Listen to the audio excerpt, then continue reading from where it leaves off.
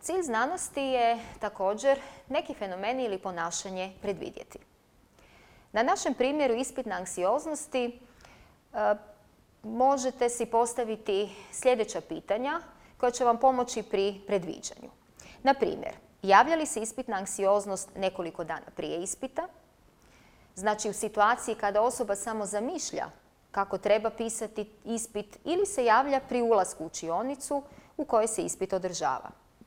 Pojavljuje li se na svakom ispitu ili samo na određenim ispitima? Dakle, odgovori na ova pitanja će nam olakšati predviđanje tog ponašanja. Kada ponašanje možemo predvidjeti, možemo ga i kontrolirati, pa se pitamo postoje li određeni postupci kojima možemo smanjiti stupanj ispitne anksioznosti i to ponašanje promijeniti.